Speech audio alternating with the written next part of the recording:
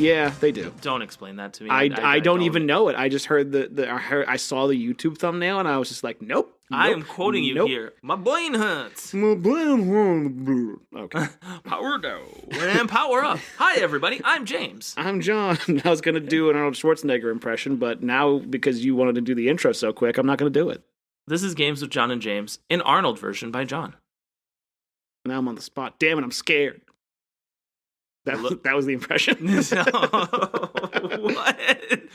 Damn it, I'm scared. You know I said I'd kill you last? I lied. Don't mind my friend. He's dead tired. You remember when we watched? So, funny story about me and John. I was like, this was what, like a year ago now, right? It was pre-COVID, I think, actually. Oh, what? No, really? I think so. Dang. So this was almost 3 years ago, ladies and gentlemen. Holy shit. Now it's hitting me. Man, we were younger back then. That was 100 pounds ago for me. Okay.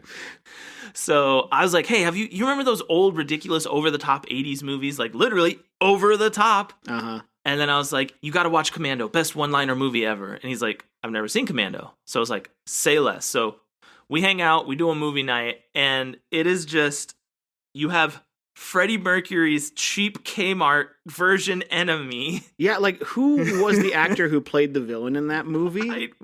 Oh, God, I don't know, but didn't he literally look like a Kmart version of Freddie Mercury? Like, how was he supposed to look intimidating opposite of Arnold Schwarzenegger? Just as an actor. Like, I don't get it.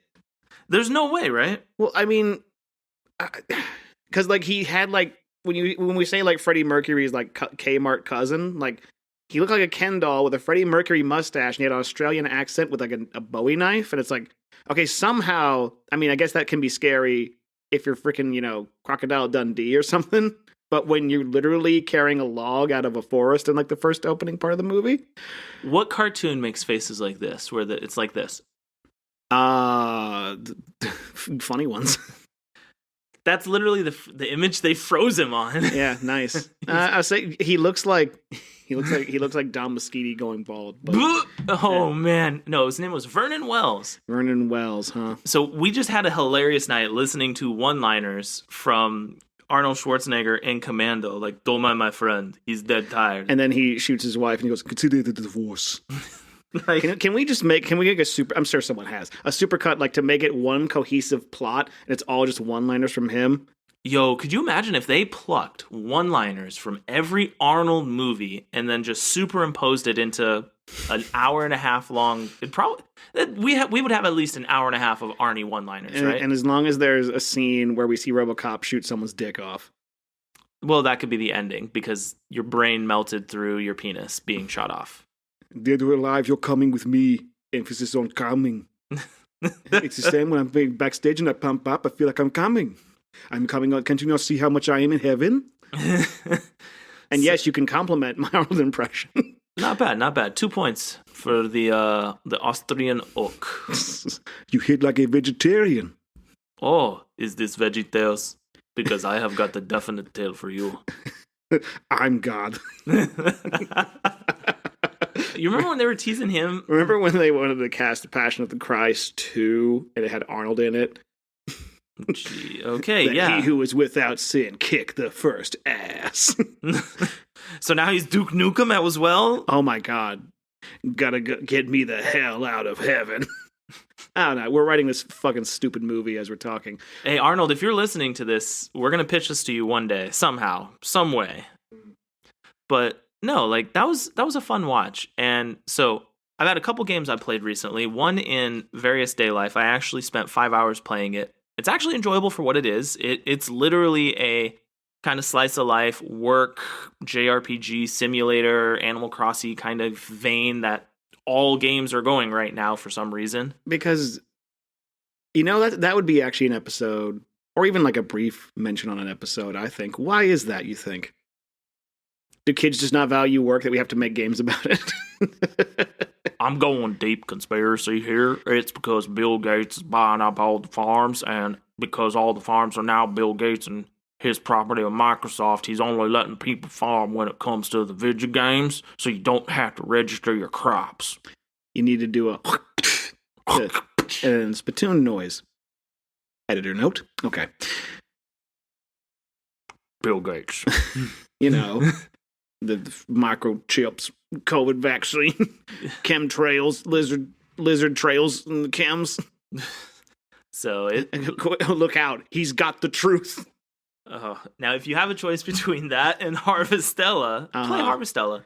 This is enjoyable, but it is literally a mobile game transferred over to consoles for $30. I think it's interesting. Just a brief aside as we talk about this kind of stuff. Like, usually, I think back to arcade days, right? And how like Space Invaders was the game where you shot the aliens, and then Galaxian came out where you shot the aliens, but like they would move differently or they'd be different colors. And then Galaga came out where they would like swoop in and then swoop out. And so we're seeing this really weird iteration of like, it's a farming game, only now it has Chucklefish graphics, or it's like Harvest Moon, or we'll make a farming game, only now it has Final Fantasy 9 looking graphics, and we'll make another one that doesn't. It's like, what?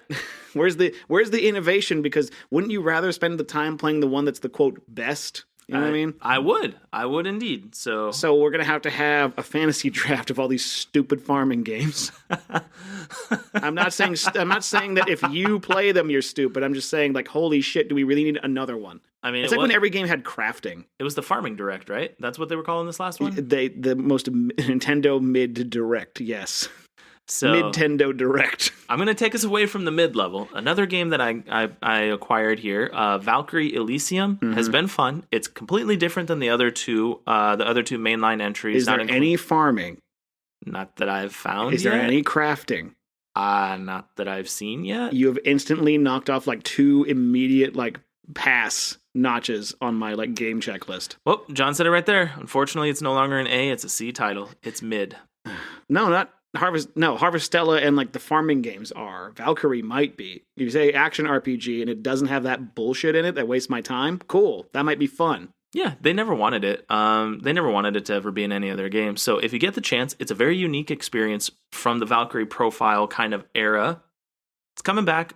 New people get to get into the franchise. Hopefully it generates some interest so they go back in time to see the other ones. And if not, well, hey, you had the modern one. Yeah. Now, what about you, John? How's your gaming been this past week? I've been playing a lot of the Saints Row, the new one, and everybody who has already like dogpiled on that game and said it's terrible and it's buggy and the writing's hacky, I'm just like, shut up. It's fun. I'm enjoying it, and I love the car customization. Like, it literally feels like they plucked a game out of like 2011 and brought it up to now. It's not as, like, some things I do have some complaints about it. Like, I think the melee combat is a lot to be desired and the shooting is a bit kind of janky, but like all of the customization you have with like the accessibility and difficulty options, like I just make cars explode all the fucking time. That's awesome. I drive around in the desert with my off-road like buggy that I made and souped up to go crazy fast, and I'm just doing barrel rolls across the freaking desert as I'm like running over people. It's like, that's a lot of freaking fun. I have not beaten it yet, so I can't really attest to anything like the story-wise. Character-wise, I think it's interesting that we went from glamorized characters in video games being absolute sociopaths to being kind of like, you know, token millennial type people now who are also kind of like really good at killing people for some reason. Like, I don't get like the way that we're supposed to emotionally connect to these characters, except for the fact that like they have to pay their rent too. And I'm like, okay, I can kind of see why tonal whiplash is there. But at the same time, I'm like, I'm not bored. I'm not putting it down yet. I want to keep playing it. So there you go. Nice. So it sounds like you've had a pretty good week of gaming yourself. Yeah. I've also been doing a lot of art projects recently. So another kind of sidebar is like I illustrate a lot. I do comics, I do commission type work, I do logo design, graphic design type work, all sorts of stuff. I have to correct John because he said sidebar. It is side quest. He forgot his own phrase. -2 points for John. All right, I'll revoke my gamer card and I'll have to get my punch card back out again. You can only play low-tier games like Bubsy 3D now. That is something I would not wish on someone I wanted to die. I thought you said you enjoyed that game. When I was like 4, when I was a baby. Like, yeah, seriously. But no, where was I going with this? What was I saying? You're talking about artwork. Yeah, so I've been doing that. I've been finalizing some projects I'm working on, some 18 plus, some not. But yeah, it's been a lot of fun to actually see that stuff put together. It hasn't made as much of an impact as I hoped it would, but I put a lot of love and work into it, and that's its own reward. So I'm kind of just feeling it right now. Nice. It's a vibe. Yeah, like, because there's like the podcast is a creative outlet for the both of us, but like I've been having a creative outlet ever since I was like 3. So I've been drawing ever since then and making comics and trying to tell stories and do graphic design and do fan art and all sorts of fun stuff. So it's just nice to still have that part of me, I guess. Nice. That did not intend to be as wistful as it sounded, like, seriously. But, yeah. Do not let go of your childhood, young one, for when you do, you will have no soul. Although just today I was in Discord talking to some friends and being like, yo, fuck them kids, man. Fuck being a kid, man. Like, 30-year-old me is fucking badass. Fuck the one in my teens. I sucked. John, what was wrong with you? It'll be okay. Don't worry, John. Okay. Bet on Apple. That is all, John. Bye. He knew that. He knew that back then. So we've done quite a few. We've done some top 10s this season. We've done some Blue Ocean things this season. Thank you for correcting my term to +2 to Gryffindor. I mean, hey, we learned that, Blue Ocean is Frank Ocean's cousin. So, hey. And he's a Smurf and yep. and or a frost giant or both. That's the conspiracy, a folks. Smurf giant. That is a freaking misnomer if I've ever heard one. Oh, yes, the giant midget. Who participates in wrestling. Mm. So he's Hornswoggle. Yeah. Hey, There's shout out. There's a callback for you. But yeah, so are you going to introduce, would you like to introduce the topic or should I? Oh, so no, I'm actually on my way to do that. We've hit you with some lists, some pretty powerful things like last week with live service gaming. I mean, if you're following anything online, that's kind of the hot button topic right now. Like, a lot of conversation is going very serious with the potential negatives that have been happening with gaming, especially with live service gaming. So John and I want to hit you with moments that are pretty fun for us. And I somehow convinced him to talk about funny moments in gaming, be it things that were happening with friends or games. Convinced me as if I'm just some miser who's just like, hey, you want to talk about how fun games are, John? Never. Yeah. That guy in that window is awful miserly. I'm going to go shoot him. Oh, God, it's John Gollum. He's Jollum. The precious. Nobody likes you. I like how that's basically just like a hop and a skip away from Jar Jar. Yep. Hey, they probably, took some inspiration. I turn away the power of the Senate to the Supreme Chancellor. And then everybody just throws apples at him. Boo. Fuck you, Jar Jar, you overpaid clown. So, yeah, when we come back, we're going to have some fun and share some pretty wonderful, funny moments. Hopefully you get a good chuckle from these because I've got a few doozies that Johnny hasn't even heard yet that is guaranteed to give you a chuckle. Put those nostalgia goggles on. I know you're listening to a video game podcast by people in their mid-30s, so you probably already are, but make sure they're on super tight. We'll be right back. That's the when you're dragging and dropping in the menu. +2 to rose tinted. It's like that's an attribute. Never mind. All right, whatever. We'll see you in a bit. Be right back.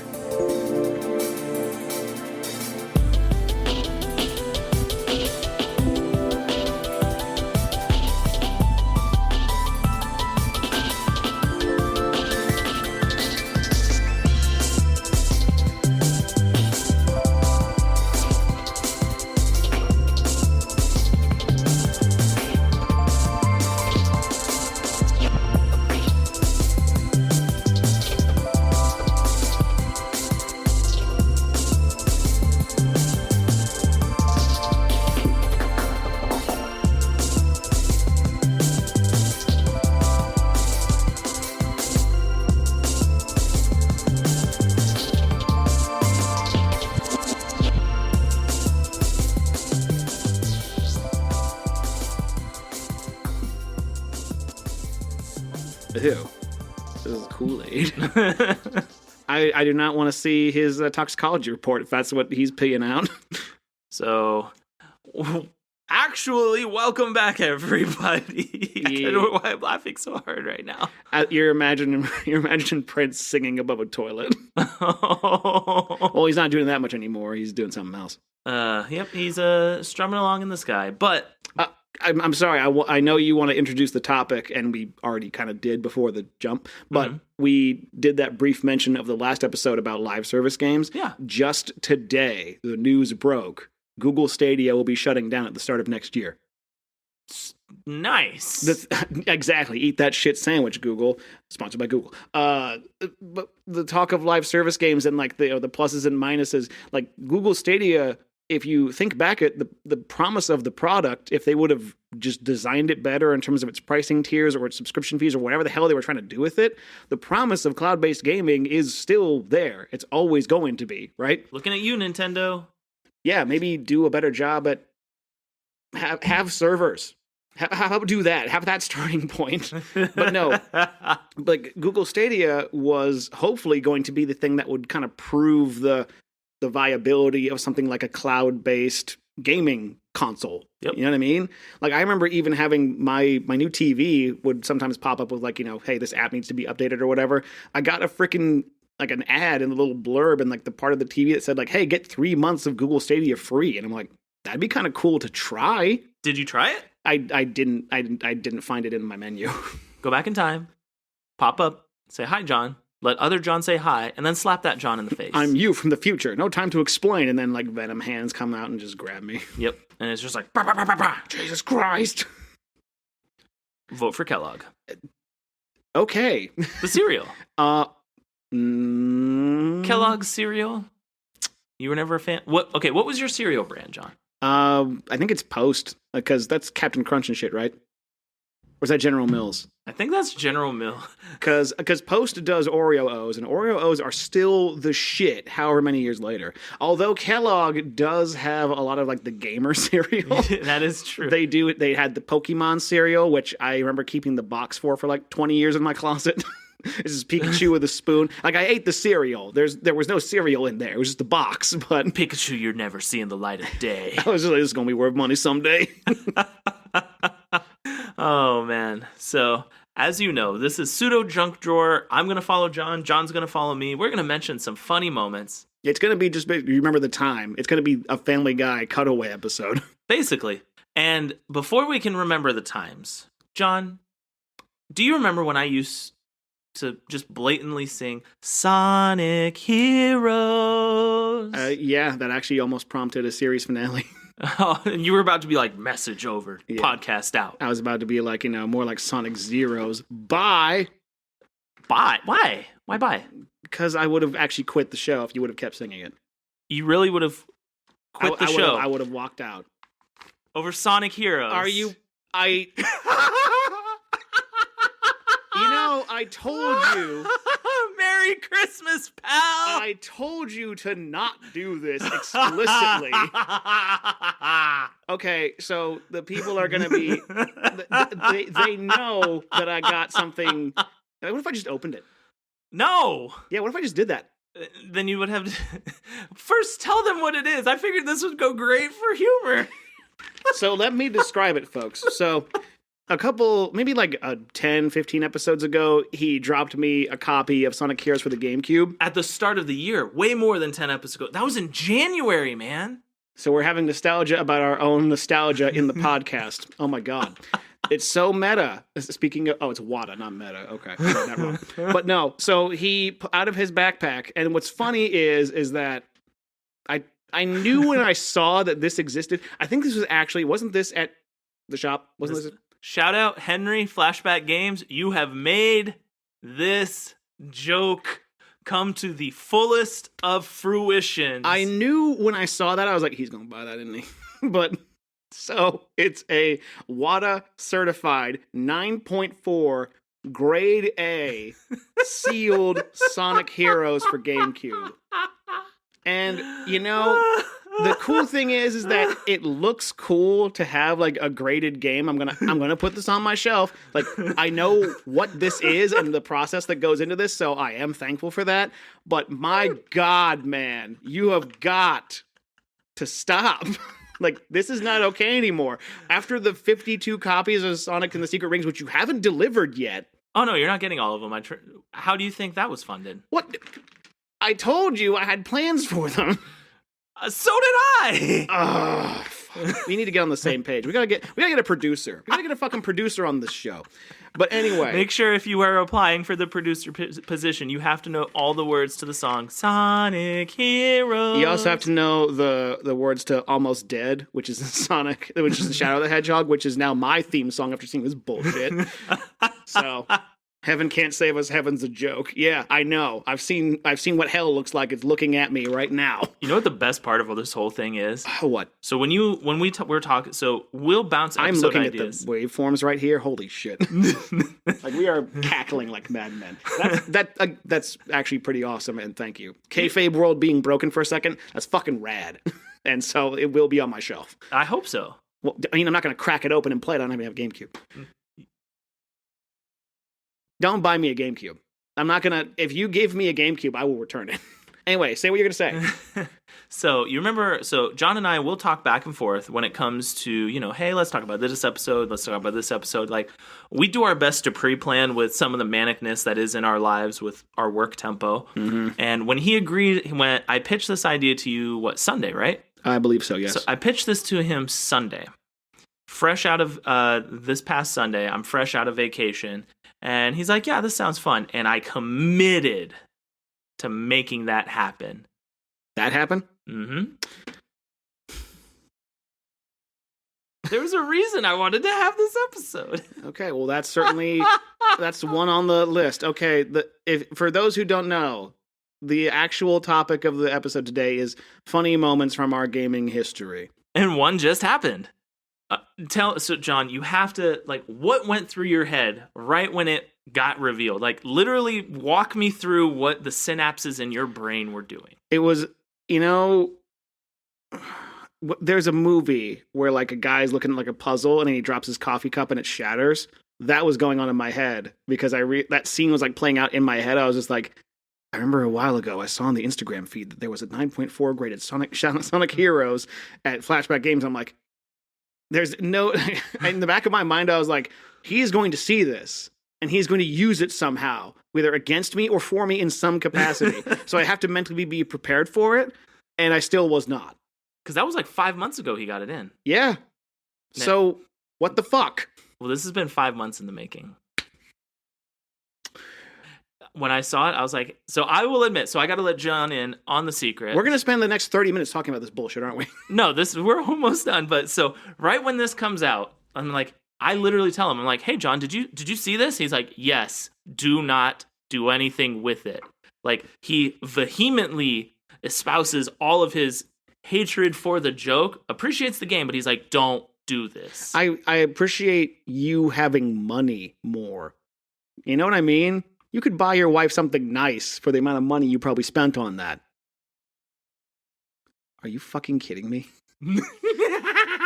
Do not tell me you traded away your fucking cloud for that bullshit. No. Okay, good. That's all I want to know. Because I remember just a couple days ago, you were like, oh, I'm going to Henry's to trade this thing in. I'm just like, okay, have fun. I was like, and if that's the fun you're having, I feel guilty now. How do you feel guilty? Because my pain should not be fun. But even you're enjoying it. I know, but it's kind of like tickle torture. Okay, I get that at the club, and it's, it's a good time for a little bit. Infinite blue balls. So I'm picturing Darth Vader when he does this. Oh no, that's just the ball wrencher. The power to destroy a planet is nothing in comparison. What's the thing where it click clacks? What is the name of that?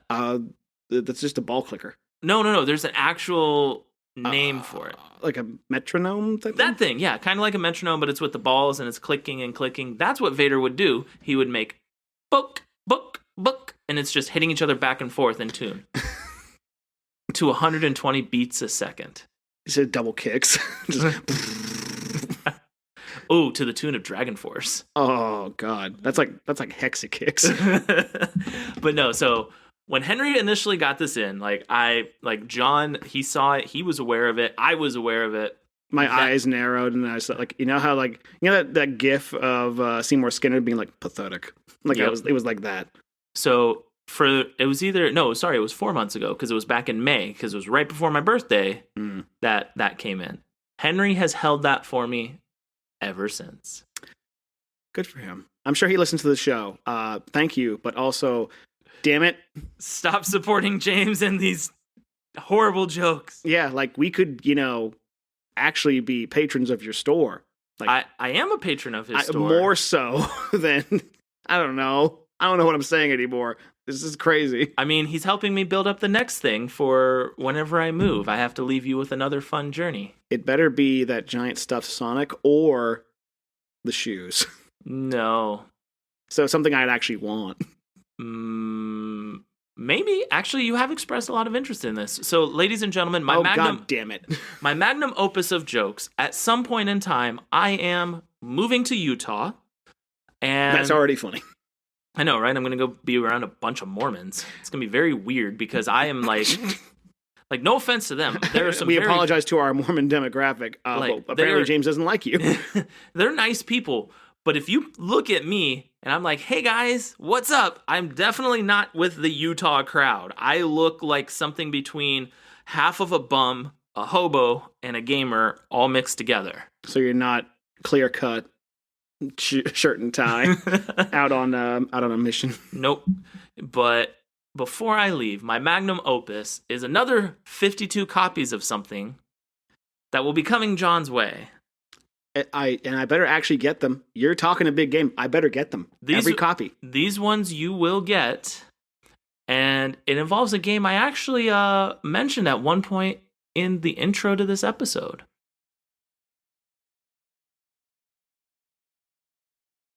Something that 4-year-old John played. He's racking his brain right now. No, I know what it is. I'm just refusing to say it because it shall not be named like Voldemort. Shit!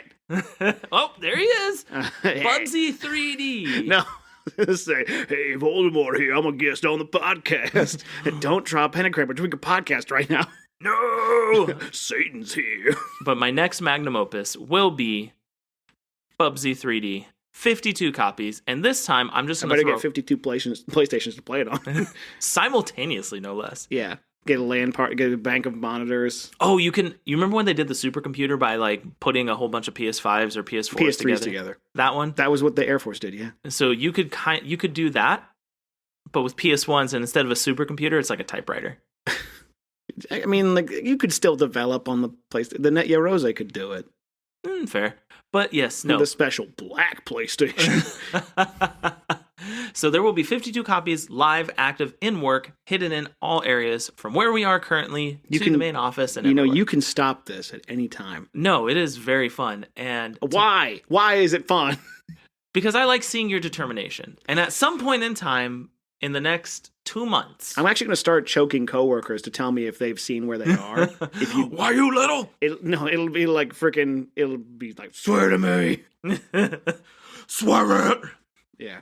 So, anyways, that was my first funny moment, which happened live for all of you. And that was a half hour of our lives and your lives. You're never getting back. We did not talk about that for 30 minutes. We talked about it for like 20. That's fine. That's fine. Because it was live, and it tangented, it side-quested. Now, John, hit us with one of your memorable funny moments that doesn't involve Sonic Heroes. First time I saw Rouge the Bat, and I popped a boner. That was funny. That is not what happened at all. That happened much later. No, but honestly, one of the funniest memories I have. So I've long mentioned how I'd formed Discord groups, and we just had an episode celebrating Splatoon, which has a very important role in my life. Mm-hmm. I would stream that game a couple years ago, and someone fortunately was able to clip it, but there was a map in the first Splatoon game that had these moving like forklifts that would go back and forth. So basically just be moving platforms in the level, right? Okay. And somehow, some way, one of the people who joined us was just screaming like, help, I'm stuck. And I'm like, wait, what? Like, help, I'm stuck over here. Come look at me. And she was stuck underneath the forklift in the level somehow. Like, what? And we were like, trying, because, she was on the opposite team. So we kept trying to to shoot her to kill her to get her out of there. And it's like, I'm stuck. Help me. I'm stuck. It felt like someone was actually trapped underneath the car. And that clip is actually still on YouTube today. And it's still one of those like, huh. And the reason I bring that up is that was 2016. Oh, wow. That's 7 years ago. Almost 7 years ago. It's 6 years ago. It's 2022. Burp. Math, good at math. Anyway, I was watching.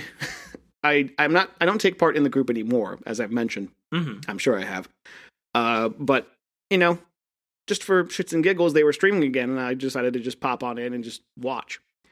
Sure enough, they're in a level in Splatoon 3, and it doesn't have any like moving platforms like the other one.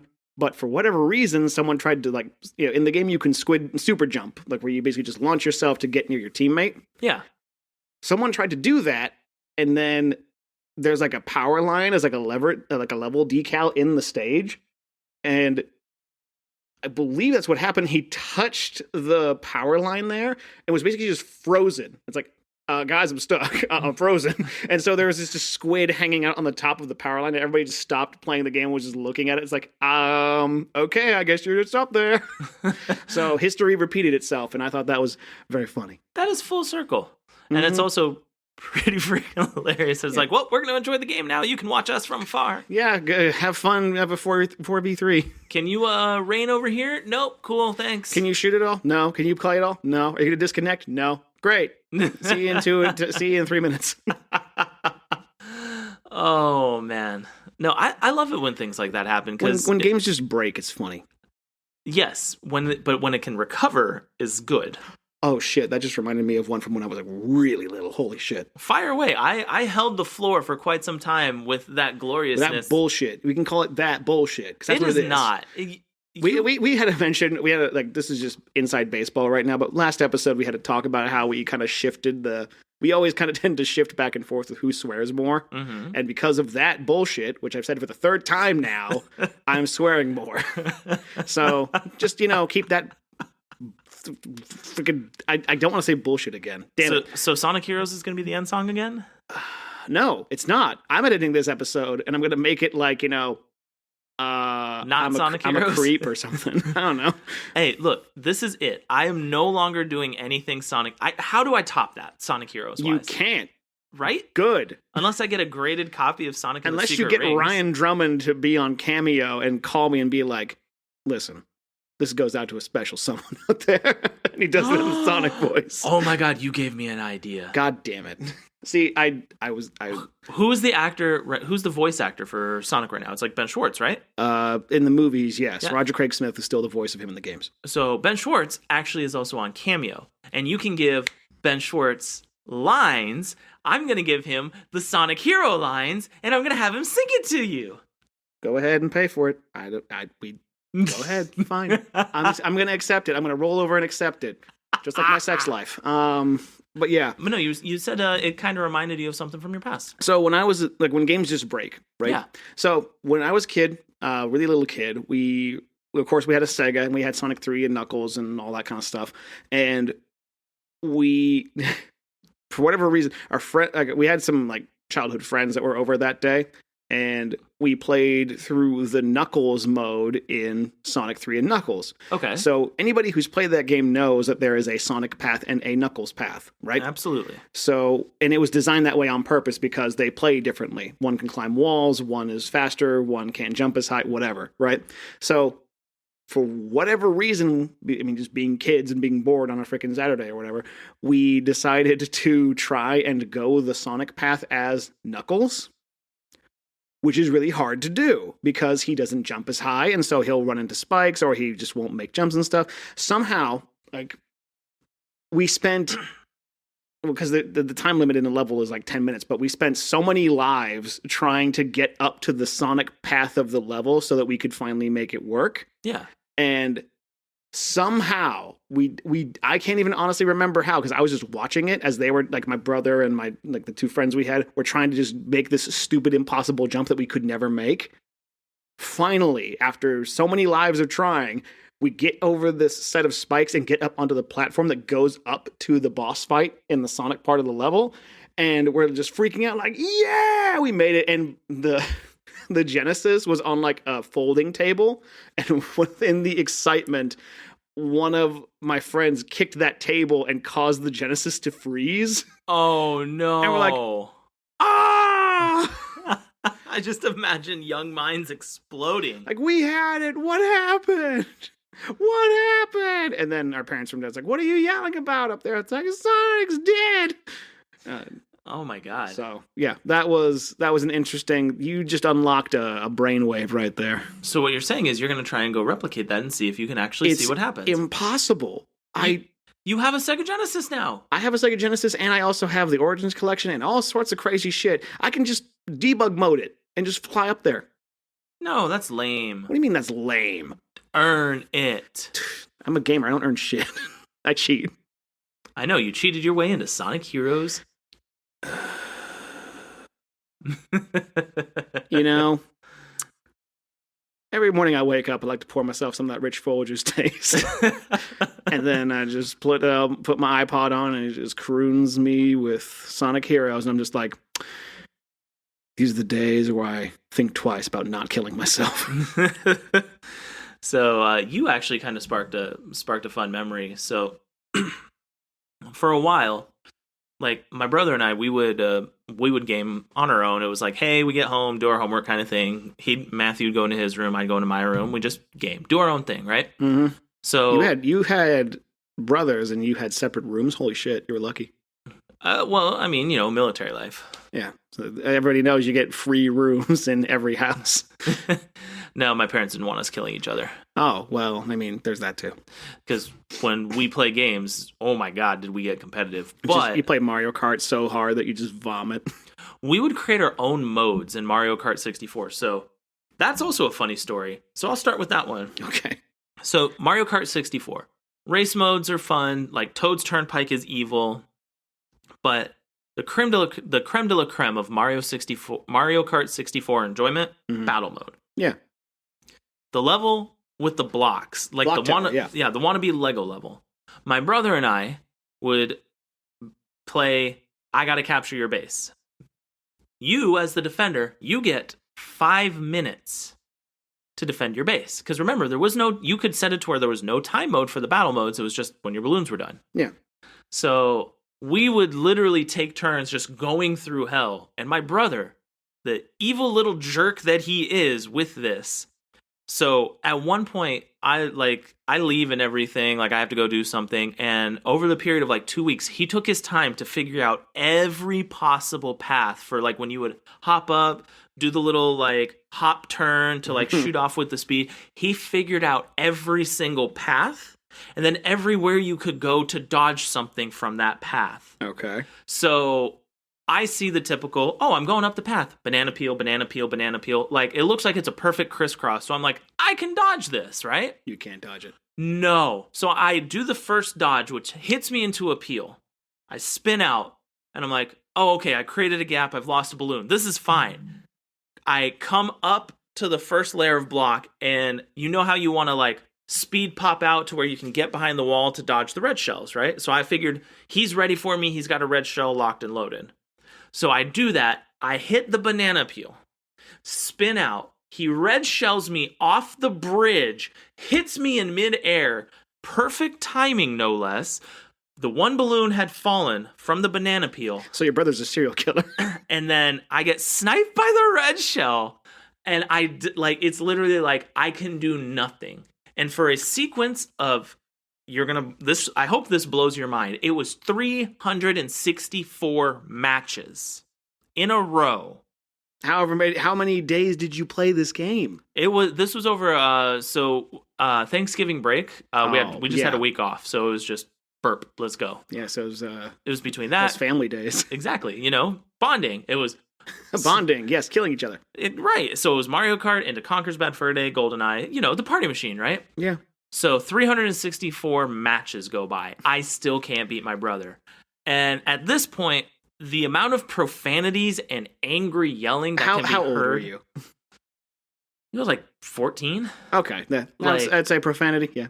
Like, it was obnoxious. So my mom comes in, and she's like, this can't be that hard. Oh, no. So we teach my mom the basics of the game, so you troll your mom. And I'm just like, oh. Like, I have that unique moment of, oh, this is going to be great. No, the two of you look at each other. It's like, we have a common enemy now. So look, I have an older brother too, so it makes sense. So we let my mom do defense first. Matthew just wrecks her day. And she's starting to actually enjoy it because my mom used to enjoy gaming back on the regular Nintendo. So you can see it's kind of a little bit coming back, but she doesn't want to let go of the parentaling, whatever, right? You can see that kind of internal struggle. Yeah. And then Matthew gets his turn to defend. I'm gonna kill my mom. And my mom, dumbly enough, is like, why do you guys only do one? Shouldn't he be defending half of it? And we're like, oh, that's a good idea, Mom. So my mom, for like the next 10 matches, banana peel, dead. Or when Matthew was being extra dickish, banana peel, question mark, bomb explosion. Because you remember how it would knock you straight up? Yep. As you got knocked up, triple green. As you got knocked up. Phrasing. Heyo, triple green shell. Not not taking the other balloon. This is a story about when my brother knocked up my mom. Hey, I mean, I did randomly watch a Facebook reel where it was like when me and my daughter both divorced the same man. So kind of along those lines. Okay, continue your story, please. Before your brain blows. Yeah. So with Mario Kart 64, if the hits are rapid succession, you don't lose balloon dead. You're just kind of stuck in the air till the balloon falls off. You're being Tekken juggled, basically. So my mom hit Peel into explosion. So one balloon is gonna be lost. Matthew, green shell. In reserve, green shell. Gets item while those green shells are going. My mom finally lands. And you know when you get the controller shake and you're just like... So she lands, she starts to move around the corner. Matthew doesn't bother shooting the green shells at her. Hits her from a jump boost with Bowser with 3 shells spawning. So the hit takes the balloon off because my mom is playing Toad. And then the shell hits him. And then he hits her with the shell, so the game can't end. Hits her with a shell, the game can't end. My mom lands on a bomb. Like, when I tell you how ridiculous this was, she falls off the block onto a bomb, pops back up, hits her with a shell. My mom pulls her controller out, chucks it at my brother, who conveniently dodges, and I get cracked in the face. It seems like your entire family has some very specific issues. How would you feel if Matthew did that to you? I would not beat my child over it. I would not inadvertently beat my child over it. It caught me off guard. I fell off the bed. This is the second story I've heard where your mom, rips away a controller and just beans you somehow. So she's tried to play games later on, right? So okay. When my sister got the Wii, when she got the Wii, and then she didn't have the wrist strap on, and it broke a TV. No. So we legit. So she would do the bowling and all the Wii Sports stuff, right? Of course, everyone did. And we refused to let her play it because one time she got mad at bowling, so she's trying to just chuck the thing in disgust. But because the wrist strap is on, she you know how you're and your arm goes dangles, down, yeah. and it comes and as her arm comes up because it's that motion, she hits herself in the face. And my smart ass was like, "Hey, Mom, how does it feel?" Oh wow, yeah, that was. And then you got thrown out a window. I had to, So I was an adult at that time. So it was, oh, hey, that's cool. Because you're a dick, Russell. My family calls me Russell, by the way. Wow. I had to wash her car. I had to wash my dad's truck. And I had to mow their grass. And they had not mowed. It was like... You were an adult at this point. You'd be like, no. No. There was no denying that. I deserved it. It was a funny moment. I appreciated it. I don't know. I mean, if I ever razzed my family, I'd just be like, well, he's like, you have to do this. I'm like, fuck you. Well, right now you can be like, oh, hey, I got a flight to catch. See ya. See ya, never coming back home again. Bye. I got a parking ticket when I was visiting family home. Dude, don't pay it. Just don't go back. Don't pay it. Never going back to Oregon. I'm a Washington boy. So, what have you ever had any ridiculous moments with friends, like fighting games, anything like that?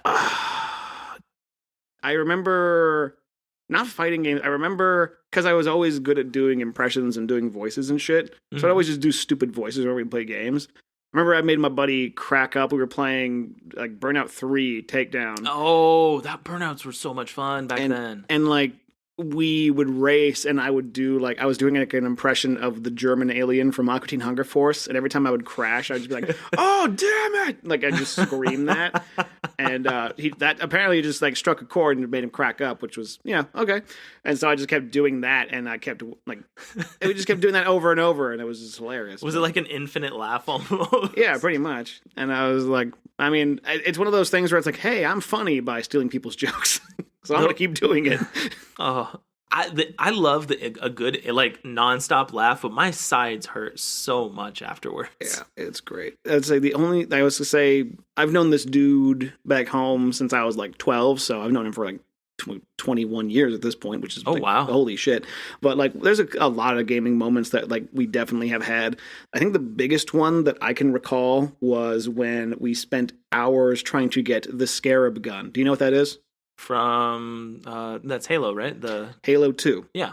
So if you know this, then you know how infamous this is. So in New Mombasa City, that I believe that's the map, what it's called, after the bridge. Yeah. You are attacked by banshees and ghosts and flying stuff everywhere, right? Mm-hmm. So the way that you have to acquire the Scarab gun.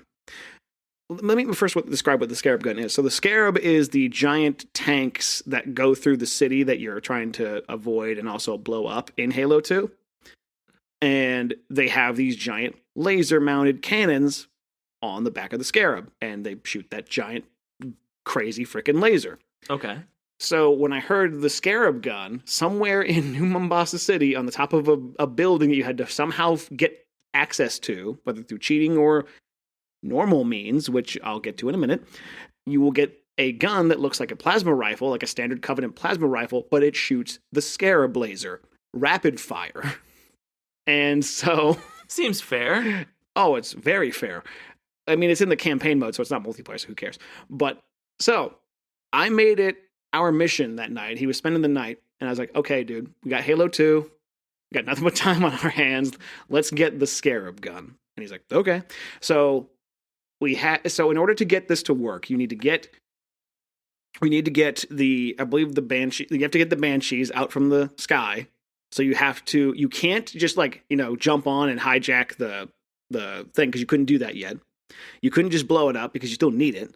But the way you had to do it was you need to lure the Banshees down the tunnel you have to go into to get to the connected part of the next part of the level. And you even have to like shoot off the two wings so it can actually fit through the tunnel to get through. And so that already takes hours to lure the Banshee to have the AI like follow you into the tunnel to get there. So that's already a pain in the ass. And you go through so many checkpoints and reloading saves to get that to work. You also have to kill all of your comrades, because if you don't, they will shoot down the Banshee and blow it up, and you're starting over anyway. So no tanks, no backup at all. Just you, the Master Chief, trying to basically just like edge this freaking flying, this flying machine into a tunnel.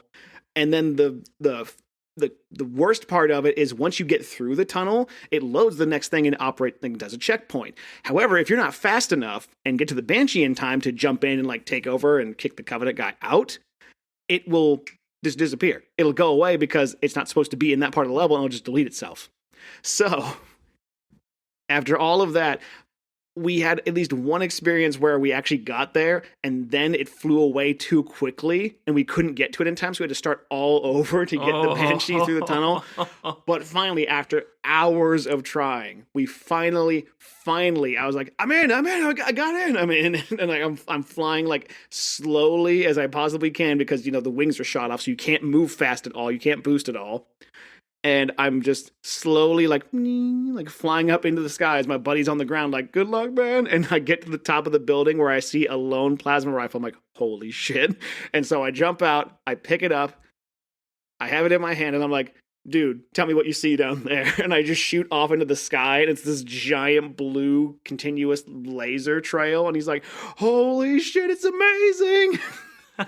And we were just like losing our fucking minds over it, because I flew back down, and like every time an enemy showed up, it's just like, boom, like everything's dead. Everything is dying all at once. And it's just like, this gun shall be my wife. You are my precious now. This you can trust. This is my rifle. This is my gun. And both are for fun, baby. But that was And the shitty part is that you can't keep it through like the rest of the game. Like, that's actually what I was about to ask you. Is it like a one level thing? it's one level. It's only for that like remaining part of the second level, I believe. After that, you go to a new place, loads in new stuff. It's gone. Aw, But hey, you could have cheesed the whole game. but now, and kids, this is one of those things where I'm just like, fuck them kids, because the Master Chief Collection's out now, and you can just turn that on. That's an option To have that gun. to turn on the Scarab gun. Yes.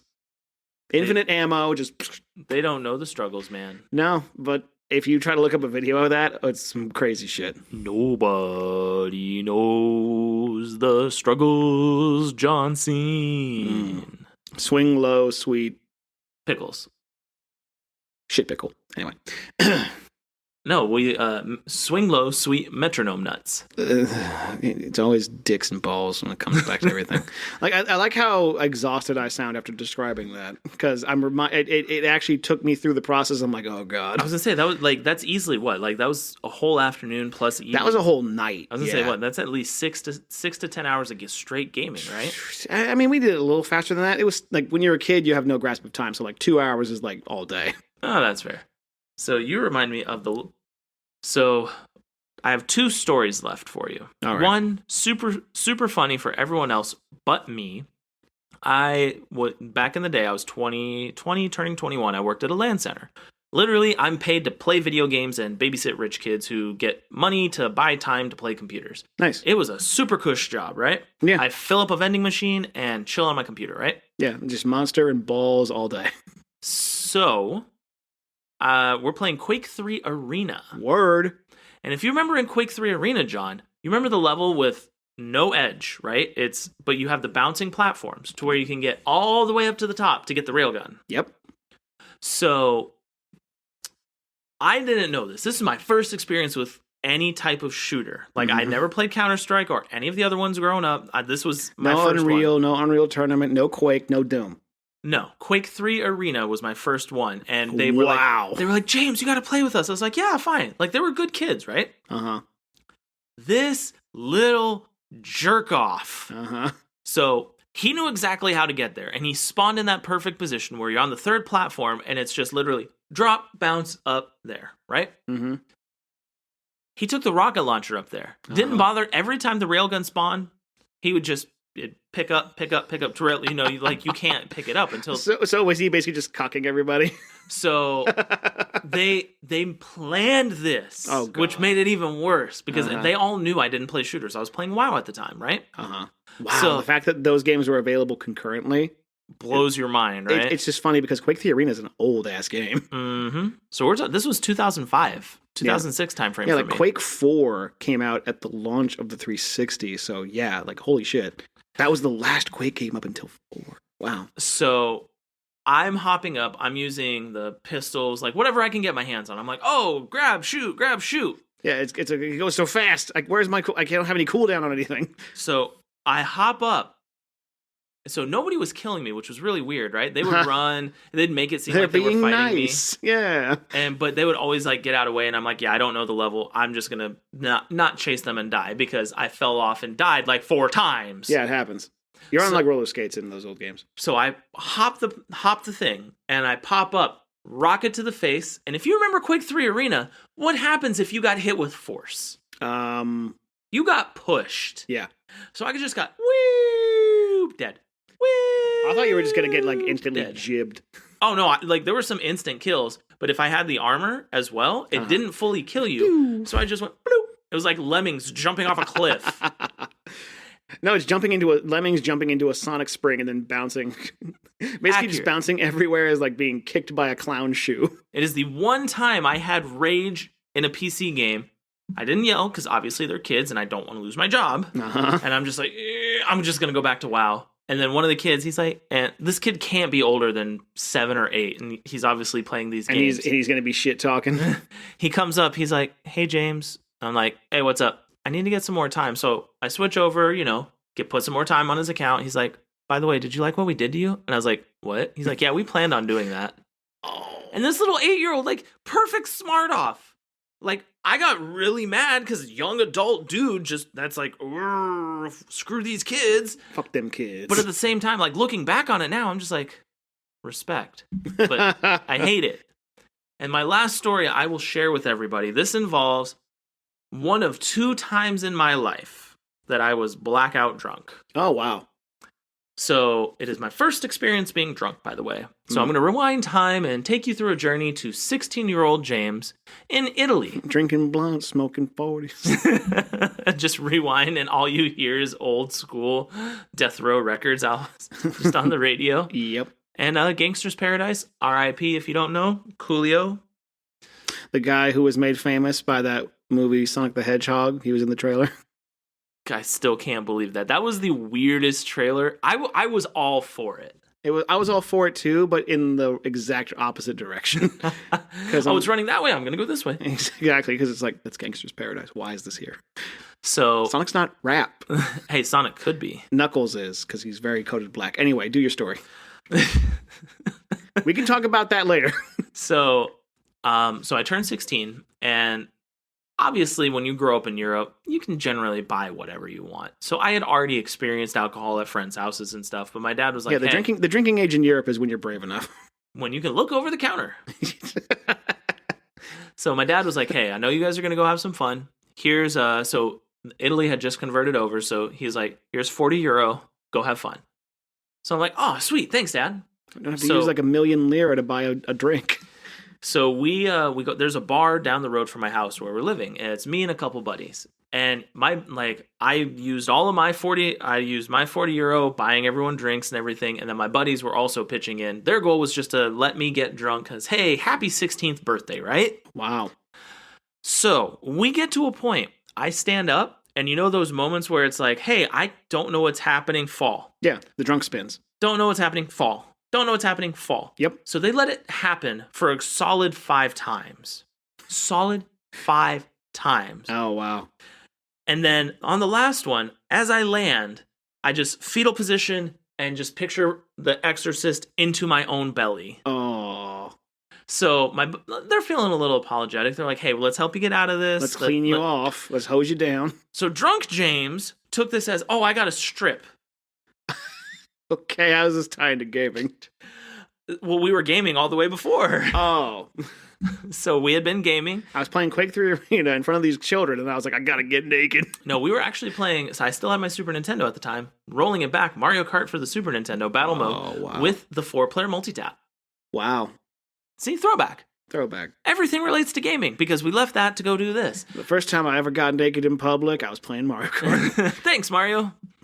It's me, Ranyo. Look at my penis. So, I strip fully. Charles, no. No! We can't have that in the game. Why not? Italian sausage. It's that very spicy Genoa. Luigi's tasted it. What? Oh, God.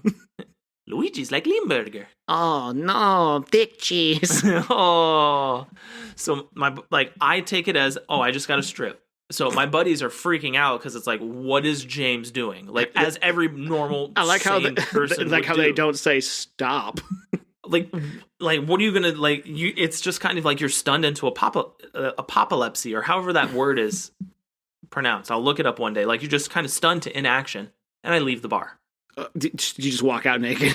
I wound up. So I leave. My buddies, they apologize, pay for the last drinks, grab my stuff, like apologize profusely. I'm sure it's just like a throw up trail following them because I like exorcist yacked. Uh-huh.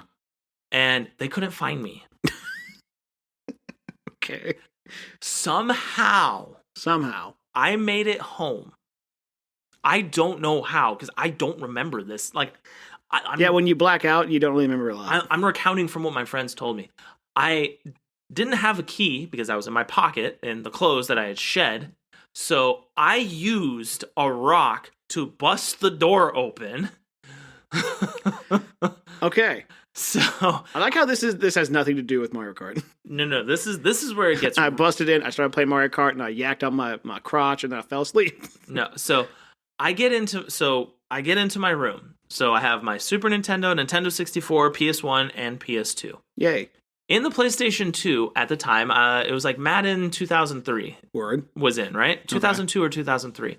So I loaded up and I'm playing Madden. And so my buddies, they see the door and they're just like, oh, like they both were like, oh no.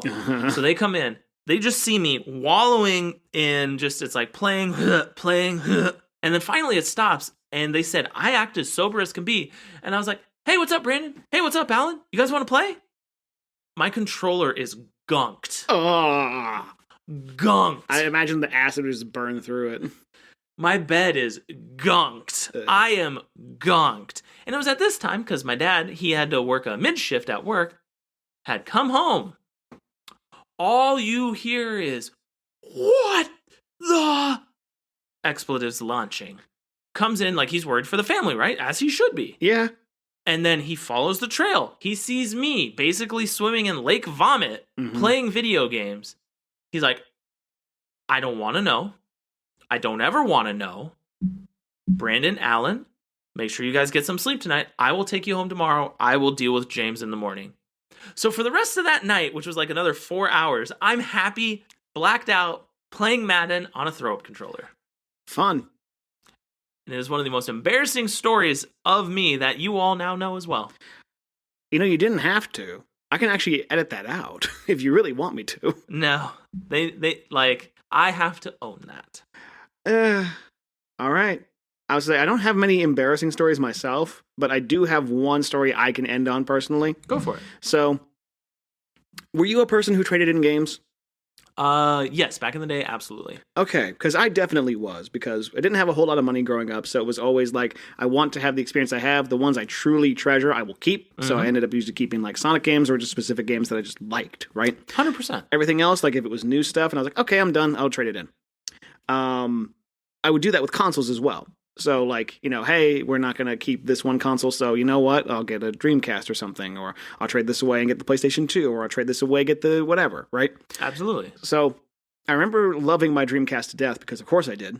And back in the while ago when Sonic Adventure 2 was brand new, I had grinded and pushed and did everything I could to get all A ranks and get as many emblems as possible. The emblems in that game are like the achievement markers, so you get all A ranks, you do all the missions, you do all the side content, you get emblems.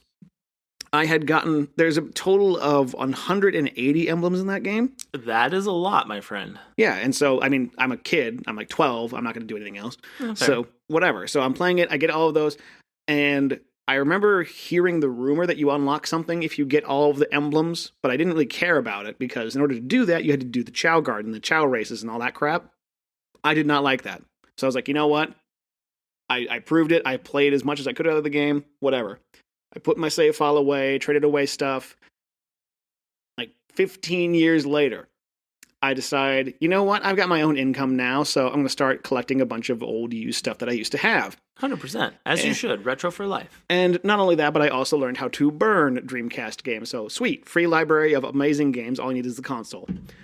And so inadvertently, I was digging through like my old childhood like bedroom and stuff, my closet, and I found my old VMU that had my old save file of Sonic Adventure 2 ready to go on my recently brand new burned copy of Sonic Adventure 2 from my used Dreamcast I just had. So that was around midpoint of summer of, shoot, I don't even know when. And I decided Pre-military, post-military? Pre-military, for sure. But I just decided, you know what? I did all this work. I finally learned that if you get 180 emblems, you unlock a 3D rendition of Green Hill Zone. That is what you get. So I said, you know what? It's been a long time coming. I'm going to finally hunker down, do the stupid chow races I hate, and just grind it out and freaking get my prize, right? Yeah. So like I'll truncate it a bit. So bred my chows, raced them, won everything. I'm at 179. I'm one emblem away. One race away from getting the final emblem, which will unlock Green Hill Zone. It's the longest race against the hardest chow to beat. It is the fastest. It swims, it flies, it does everything the best it possibly can. So, I know I'm not prepared. My chow is not anywhere near ready to beat this chow, to win. I say fuck it and just do it anyway. because what else am I going to do? I start the race. Right out of the gate, the opponent Chow, the super Chow, the unstoppable killing machine Chow, right out of the gate, trips and falls on its face. And my eyes widen like, go. And I hit the stamina button like, go, go, go. And so I get a head start like crazy at the start of the race. This race is like 5+ minutes long. And it has swimming, it has flying, it has like rock climbing. So all the stats that you have to breed into your Chow are tested in this final race. I blow past the Chow that fell on his face, and I'm just like, don't look back. Just keep going, and for the love of God, don't trip. Somehow I get through the entire course. I don't see it coming. It's finally in the home stretch of the race, and he is gaining fast. I knew that this was going to happen. I was prepared for it. Like, oh my God, I'm going to lose. It doesn't matter. Whatever. This is a crazy story already by itself. He is gaining on me. It is in the home stretch. Literally, like there is like a little like rainbow bridge or whatever that you have to walk over to get to the ending platform to win the race. Mm-hmm. Right as he is about to match me in the race, he trips again. For a second time in the race, right as he is about to overtake me to make all of my efforts up to that point in vain, just... And I literally jump out of my seat, make the O face, don't make a sound, and just like... And I let the rest of the race play out. I don't cheer him on or anything. I'm just like... And I just am stunned into silence that was so, like, once in a lifetime crazy. I beat him, I get my final emblem, I go to the level select mode, and there's a question mark above a little island that unlocks when you get all of the emblems. A fully realized 3D Green Hill Zone, complete with classic sound effects, classic badniks, and oh my God, even though at this point I had played things like Sonic Generations and so many fan games and so many other like 3D versions of Sonic, that was truly one of a kind, and I will never be able to replicate that exact feeling again. You know, anytime... I just jizzed a little bit, sorry. Anytime you're feeling blue, I'm just going to be like... Because the Chows make distinct sound effects, so I just hear that noise in my head, I'm just like... Just like a fucking old pervert, just like... Oh, but man. Yeah, like, holy shit, that happened, and I was... blown away. Like, I literally jumped out of my seat. I was like, there's no way. Man, this was a good reopening of the junk drawer, wasn't it? Yeah, it was like a treasure chest. Well, and you ought to envision me naked. That's a treasure for everybody. Be it random naked me, my mom beating me with a controller yet again. Or, finding the scarab gun and just basically like holding it up to your dick and then shooting it off of a giant bridge. I just imagine like once you have that, it's Master Chef. No, remember? Oh God! Terminator 2. He's in the skyscraper of like OG. It's like Skydyne or whatever it is, and he's just Skynet. You mean? No, it wasn't Skynet. It wasn't Skynet yet. It was the company before they eventually were Skynet. Indyne. Apple. It was like Indyne or something like that. Apple. Microsoft. I'll look it up. Terminator fans, let me know in the comments. But Arnold gets specific instructions. They can only leave comments if they admit Terminator 1 is a better movie. It is not. It is a better movie. It is not. It is. Let me finish this before we Terminator fight. Okay. It's the scene where Arnie gets instructed, don't kill anyone, but he has the minigun. Oh, you mean the worst part of the movie? And he's just like, and he looks, and you see through the Terminator look, and it's like, no fatalities. Mm. Like, that was you with the scarab gun, only there were fatalities. Yeah. And Terminator 1 is not better. It is better. Why? They freaking your Arnold nostalgia can't save you. Terminator 2, they pair him up with a bratty kid who teaches him stupid catchphrases, makes him swear not to kill anybody, an 80s thriller bone cruncher where he's like a freaking horror movie villain. That's badass. He got to speak in Terminator 2 other than, fuck you, asshole. I'll be back. So what? He said hasta la vista, baby. That's corny as shit. Look, okay, fine. You know what? There were parts that Terminator 1 did better. However, there were parts in Terminator 2 that they did better. Like, who was the actor that played the T-1000? And Like Michael Bean or something like that, I think his name is. they said he got in such good shape that he was at like the car. He was chasing the car down in that run scene where he's running through the like shopping mall. Yeah. Because he was such a fast runner, and I'm like, that's funny. And apparently he made it so it looked like he didn't have to breathe because robots don't have to breathe. Yeah, no, I'm serious though. Like what the special effects, James Cameron over the top truck explosion, motorcycle chase bullshit can't make up for a totally gritty 80s ass bone cruncher thriller movie. That's just so much better. Fair. I'll give you that. And with that, ladies and gentlemen, the drawer/treasure chest is now closed. And now the DVD case opens that has Terminator 3 in it because we all have to suffer together. I mean, the best part of that was, I can't think of it. He's holding the coffin and he has a minigun. Whatever. That had like a dopey video game that goes through it too, and it's fucking stupid. So you know where to find us: Facebook, Instagram @Games with John and James. I'm lightheaded after this fucking dog. Like it's from all that my freaking gamer chubby. It's from all that joy of Sonic Heroes that's graded and sitting by you. I'm gonna just leave it there. Just gonna take it. You know what's really funny? Somebody will take it, probably open it, and be like, "Hey, is anybody missing this?" Oh.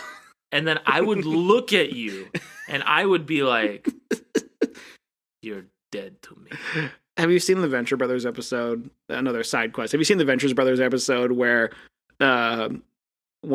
Agent 20, Henchman 24 is trying to resurrect his friend?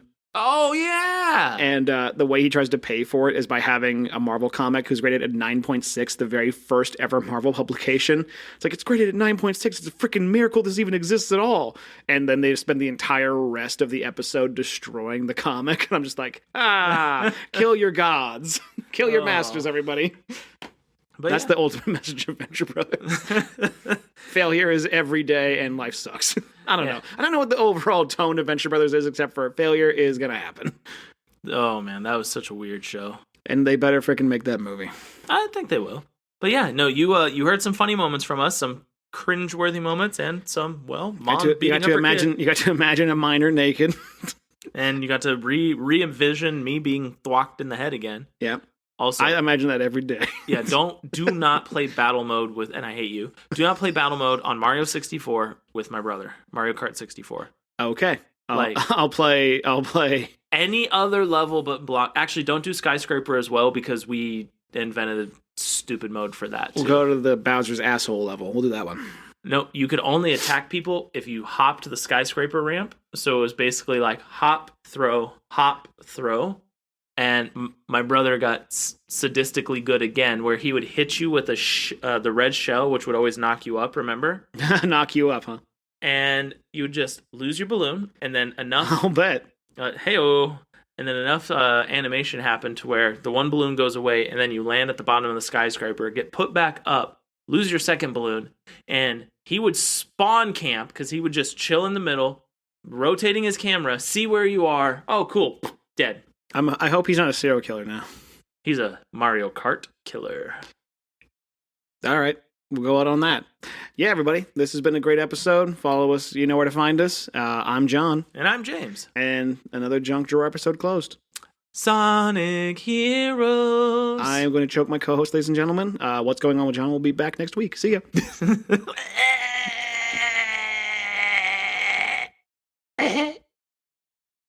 Finally.